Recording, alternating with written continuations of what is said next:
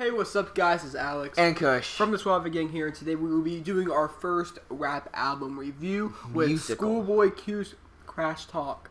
Very highly anticipated album for us. Yeah, for us especially. It's been almost 3 years since ScHoolboy's last album, Blank Face, LP, which is such a fucking good album. I love that album so much. It's one of my this favorite albums. Live up to the hype? Stay tuned. Stay tuned. Stay tuned for about five more seconds when we say how we feel about it. So, how did you feel about Blank Face? Oh, I like Blank Face a lot. I think you like it more than I do, for sure. But I think it's a great album. It's very replayable. It really is. It's probably one of my most played albums of the last couple of years. Yeah, and it was different. It was very different. This album felt extremely West Coast compared to this album, especially compared to this album. So, how did you feel about this album? I enjoyed this album. I don't enjoy it as much as I enjoyed Blank Face. It's not as good of it. It's not as good of an album. It's not nearly as good, but it's still very enjoyable.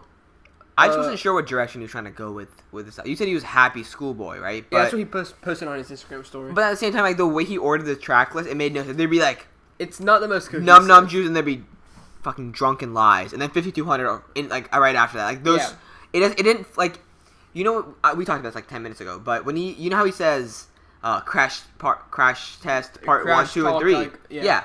He could have structured it into like the happy just look at track list right now. It could have been like Chopsticks, Drunk, and Lies in one section, and then like Gang Gang, 5200, Floating, Die With 'Em in one section, and then songs like Dangerous, CrasH, and Tails in the section. Yeah, I think there are there's more poppy songs. There is it's like Denzel's album, the shit that slaps, and then there's the in between that slaps, the more conscious stuff on this album, like Tails. And I think this album would have worked better if it was structured like that. Yeah, because it to me, that was probably the weirdest part. Was I get super hyped to Num Num Juice, and then I'd have to listen to Drunk. Yeah, which was quite the opposite. Which was probably my least favorite song on the album. That hook is fucking annoying. That I ain't really drunk. Speaking of hooks, what the fuck was he doing on a couple of them? Like the hooks Chopsticks are very, very. Some are very basic. Yeah, like floating. I like it, but I'm like, dude, did you write this 10 minutes ago? Floating. Water has a very basic hook. Chopsticks has5200 is pretty good. I like the hook on that. 5200 is good. Lies is the best hook though with the Ty Dolla $ign feature. Mm-hmm. You like that, and you also love Dangerous's hook with Kid Cudi. Dangerous is by far the best song in this album. That is the standout song. That's just like the Kid Cudi hook, which to me sounds a lot like "Welcome to Heartbreak" by Kanye West. That Kid Cudi hook. 808 and Heartbreak. No, the song "Welcome to Heartbreak." Oh, from 808 and Heartbreak. Yeah, from 808s. That it has that Kid Cudi hook. The way that he sings both those hooks sound very similar, and I like how when ScHoolboy's verse is progressing, there are more layers that are added throughout his verse. I definitely don't I don't get this album at all. Like I was because the first single was Num Num Juice. I was like, oh, it's gonna be like a banger album. That's also one of my favorite songs. Yeah, but then it gets lost in between a bunch of just forgettable songs. Yeah, those first.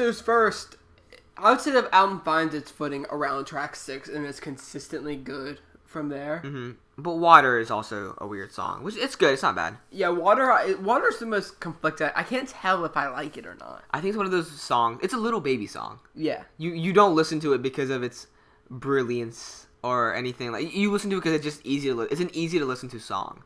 Yeah, but Attention's a good song though. I don't think there are any like straight up bad songs in the sound. I just think most of them are just all right. They're like a 1 or 2. Like Drunk, I probably listened to a couple times. Lies, I like a lot, but like Black Folk was a couple. Like you can listen to a couple times. I'd say there's some songs that you just can't. They're not that replayable compared to his last album. Yeah, but then there's some songs that are really good that aren't very replayable, like CrasH with that great Royce da 5'9" sample. Oh yeah, sample.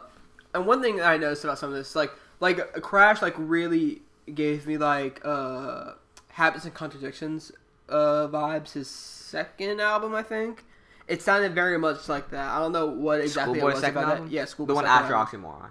The one before Oxymoron. Okay. It sounded like that for some reason to me. So what would you rate this album out of 10? I would give it a 7.5 out of 10. Kush, what would you give it? Probably a 6. It was fine. Yeah, I mean, it's enjoyable. I don't know if I listen to this in 3 months, I'm not gonna sure. I don't think I'm gonna like it as much as I do like right now. Like right now, I probably rate it like a 7 or an 8.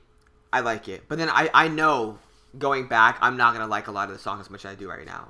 I'm probably gonna get bored of a couple of songs. Like Floating's gonna definitely get boring. Like this is. There are some tracks that I'm gonna remove from the playlist I put them on, but there are some tracks that I think are staying there for a while. Like especially like songs like 5200. And like you can't even get the excuse he's a small artist. He didn't have good production. That's why the album fell through. Like he had great production on the album. Yeah.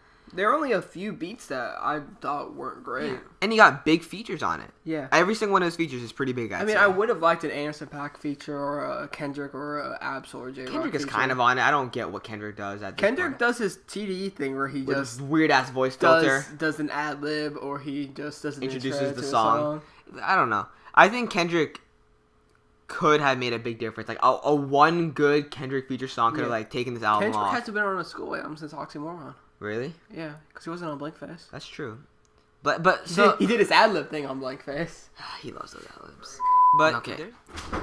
Hey guys, we're taking a break right now, so I'm gonna run you through this album. There's 7 times 2, 2 week. You know how Logic goes, you're 2 week like 7 times 2. That's what this album is. 14 songs and it's pretty weak.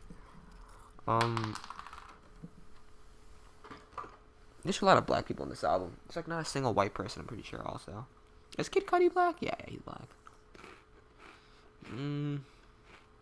We got Six Lack as Alex likes to call him, you fucking retard. Who the fuck calls him Six Lack?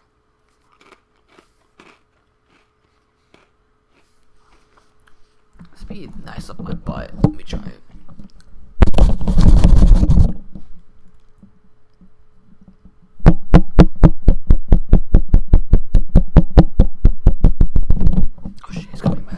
So guys, final thoughts. We have a lot of thoughts around the house. What? What? Nothing. Yeah. So this album, it was good. It was not up to ScHoolboy's standard. I think he set. I would say that Blankface was more of a set above the standard. This is, I think, is about as good as Habits and Contradictions. So you think this is where this is what you would expect if it wasn't for Blankface? This is what I would expect if it wasn't for Blankface or Oxymoron. So his last two albums. So this is the third album. It felt very driven to be like do what it felt like it was trying to be a pop album almost in some songs. I think he did say that he was pissed off about being number 2 and he wants to be number 1. So he wanted a number 1 album. He wanted a number 1 album. I mean, it's probably not gonna happen again. Yeah. But, you know. I mean, see, I think him making good album is what's gonna give him a fucking number 1 album, not making something that he thinks will please people. Well, there's 2 things to get a number 1 album. 1, make it good, and 2, don't release it the same week as Rihanna. Because I'm pretty sure Blankface and Rihanna's album released the same week. I didn't even know fucking Rihanna had an album. Well, in 2016. Oh, I think you're talking about this year. No. Oh yeah. The anti, yeah. Yeah, I think those 2 released the same and week. like getting number 2 to Rihanna is not a bad thing. It's pretty good. Ask Joel Embiid. I think they're supposed to sell around the same too. I think Blankface sold around 80-something K. This is projected for like 88. Isn't that how much? What's his name? ASAP sold? He sold like 77. Fucking nerd. But people are saying that this is ScHoolboy's testing. Because people really don't like. What was different about the album though? There's not testing was different. It's just like this is ScHoolboy's like this isn't as good. Like it's in a long way and it was underwhelming. Yeah, I see. Testing at least tried something different. You said, yeah, you liked it for that. This didn't try anything. Like testing. This just It had the same type of beats as every other song. Yeah, that's big, and it's not like it was. It had more songs like CrasH and CrasH wasn't that the Soundwave one? I don't. Or Boy Wonder. Someone did that. Someone did it. It was a good one. But yeah, overall, I think we agree with this album. We agree with it. We agree about our opinion of this album. Yeah. We both were underwhelmed. Not a bad album though. So we think you should give it a listen. Yeah, give it a listen. If you like mainstream music, give it a listen. If you like ScHoolboy, give it a listen. TDE. If you like TDE overall, but you only like Absol, probably skip this one. Because Absol's the only one who hasn't sold out yet, somewhat. Well, I don't say sell out. He does weird shit. ScHoolboy and J-Rock and Kendrick always made this music, but it was like Isaiah and Absol do their own. This could have been on the Black Panther. Half these songs could have been on the Black Panther album. I wouldn't have been able to recognize it. Like I wouldn't have been like. Yeah. I wouldn't be surprised. That's what I felt like. Kendrick needs to shut up with his fucking stupid ass intros. I like it. They're annoying because it's like, ScHoolboy was like, I couldn't afford to get Kendrick on here. Kendrick wouldn't have enough time, so he just gave me a fucking voice sample. Like, it's annoying. Yeah, I like it. I don't like it. It's stupid. It's like when like you get a cameo from another. It's like when Bruce Banner shows up at the end of Iron Man 3. You know it's all a connected universe. TDE's still connected. Yeah, but this feels like ScHoolboy was begging for something, and Kendrick's like, "Fine, I'll give you 3 seconds." That's my Kendrick voice, by the way. Is that what he sounds like? Yeah. Okay, guys. So tell us what you thought about this album. Please roast us. Tell us if you were disappointed by it. Tell us how much you hated it. Tell or us if you loved it. Tell us how much you hate us. ScHoolboy, if you're listening. Us. Yeah. ScHoolboy, if you're listening, post this on your Instagram story. Give us some of that free your long ass fingernails. Your long ass fingernails. Good job for losing weight. Good job for losing weight. You're not 250 anymore. So guys, like, comment, subscribe. See you next time. Bye. Jesus Christ.